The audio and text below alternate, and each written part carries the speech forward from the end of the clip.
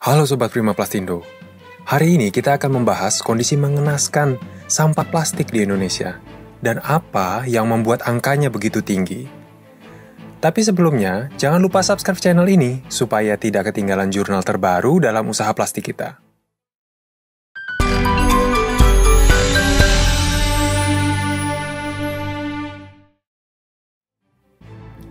Indonesia adalah penyumbang sampah plastik terbesar kedua setelah China. Kalau kita lihat data Sustainable Waste Indonesia atau SWI, hanya kurang dari 10% sampah plastik yang terdaur ulang, dan lebih dari 50% berakhir di tempat pembuangan akhir atau TPA. Sedangkan 30% sisanya tersebar terbuang tanpa terkendali dalam lingkungan masyarakat, bahkan tidak jarang mencemari lingkungan hidup di sekitar kita.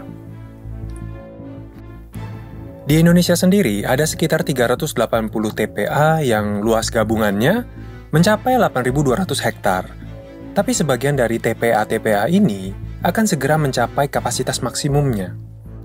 Meningkatnya sampah plastik di Indonesia pastinya tidak lepas dari konsumsi masyarakat yang tinggi, yang didukung oleh tingkat produksi yang tinggi juga di banyak industri plastik. Angka ini pun menjadi semakin tinggi setiap tahunnya seiring dengan pertumbuhan ekonomi dan populasi.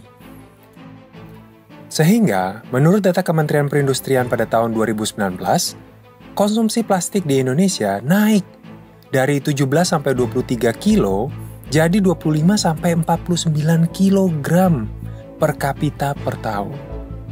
Impor bahan baku plastik untuk industri juga mencapai angka 5,6 juta ton per tahun. Sebenarnya, tidak ada yang salah dengan angka konsumsi dan produksi yang tinggi. Hal tersebut malah justru dapat menunjang pertumbuhan ekonomi keseluruhan kita. Yang jadi masalah utama dari sampah plastik tersebut adalah manajemen sampah plastik yang salah. Negara yang paling tinggi penggunaan plastiknya adalah Amerika Serikat, dengan angka 38 juta kilogram per hari.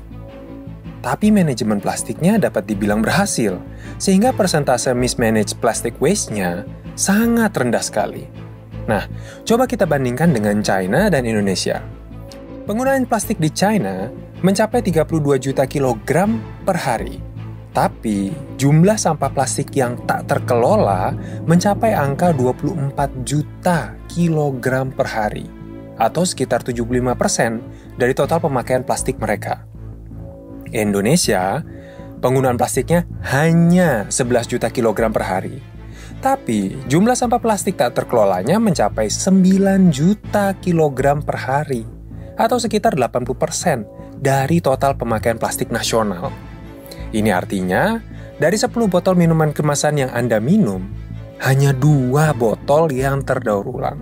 Sisanya, silakan komentar di bawah kemana kira-kira menurut Anda 8 botol sisanya. Dari sini, kita bisa menyimpulkan bahwa manajemen sampah Indonesia memang masih sangat rendah. Penting sekali untuk mengurangi sampah terbuang dengan meningkatkan akses pelayanan sampah rumah tangga di berbagai daerah, termasuk perkotaan, pinggiran, kota kecil, dan menengah. 380 TPA yang kita miliki sekarang juga sebenarnya perlu ditambah jumlahnya untuk meningkatkan pengelolaan sampah. Tapi memang sulit, karena banyaknya penolakan masyarakat sekitar.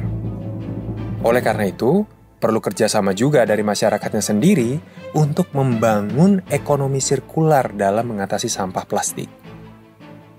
Hal ini berarti membuat siklus antara produksi, konsumsi, dan daur ulang, sehingga sampah plastik yang tercipta bisa semakin ditekan. Selama ini, masyarakat Indonesia sudah sangat terbiasa dengan ekonomi linier, di mana di akhir dari proses produksi dan konsumsi, apapun yang tersisa dianggap sebagai sampah dan dibuang. Hal ini tentunya tidak masalah kalau sampahnya bersifat organik dan dapat terdekomposisi dengan mudah oleh alam. Namun lain halnya bila sampahnya seperti plastik, yang sulit dihancurkan dan butuh waktu lama sekali untuk terdekomposisi di alam, yang ujung-ujungnya jadi menumpuk dan menggunung, mencemari lingkungan. Oleh karena itu, penting untuk mengaplikasikan ekonomi sirkuler, agar sampah plastik yang tidak bisa secara alami terdaur ulang, bisa kita sendiri yang mendaur ulang. Belakangan ini memang mulai marak gerakan seperti menekan penggunaan kantong plastik, atau minuman kemasan sekali pakai. Dan tidak jarang juga kita temui kerajinan tangan yang menggunakan bahan sampah plastik yang dibersihkan dengan baik. Nampaknya, masyarakat Indonesia sendiri sudah mulai mengadopsi cara berpikir ekonomi sirkuler. Dan tentu, ini juga perlu didukung dalam skala industri. Industri daur ulang di Indonesia, kita bisa melihat semakin meningkat, memanfaatkan limbah plastik rumah tangga dan industri untuk diproses ulang menjadi bahan baku produksi industri plastik. Biji plastik daur ulang hasil dari limbah plastik tersebut juga memiliki variasi harga dan kualitas yang baik, sehingga bisa menjadi alternatif bahan produksi yang lebih ekonomis. Di sisi lain, industri daur ulang yang berkembang di Indonesia ini juga membuka lapangan pekerjaan baru bagi banyak orang. Dan di saat yang bersamaan mengurangi beban TPA. Sehingga kita bisa melihat bagaimana ekonomi sirkuler juga bisa memberikan manfaat positif kepada masyarakat. Tidak hanya menyelamatkan lingkungan, tapi juga memberi keuntungan finansial, baik kepada masyarakat dan industri plastik. Jika manajemen sampah plastik dijalankan dengan baik, hal ini tidak hanya akan mengurangi jumlah limbah plastik, tapi juga mendorong pertumbuhan ekonomi kita bersama. Bagaimana menurut Sobat Prima Plasindo sendiri?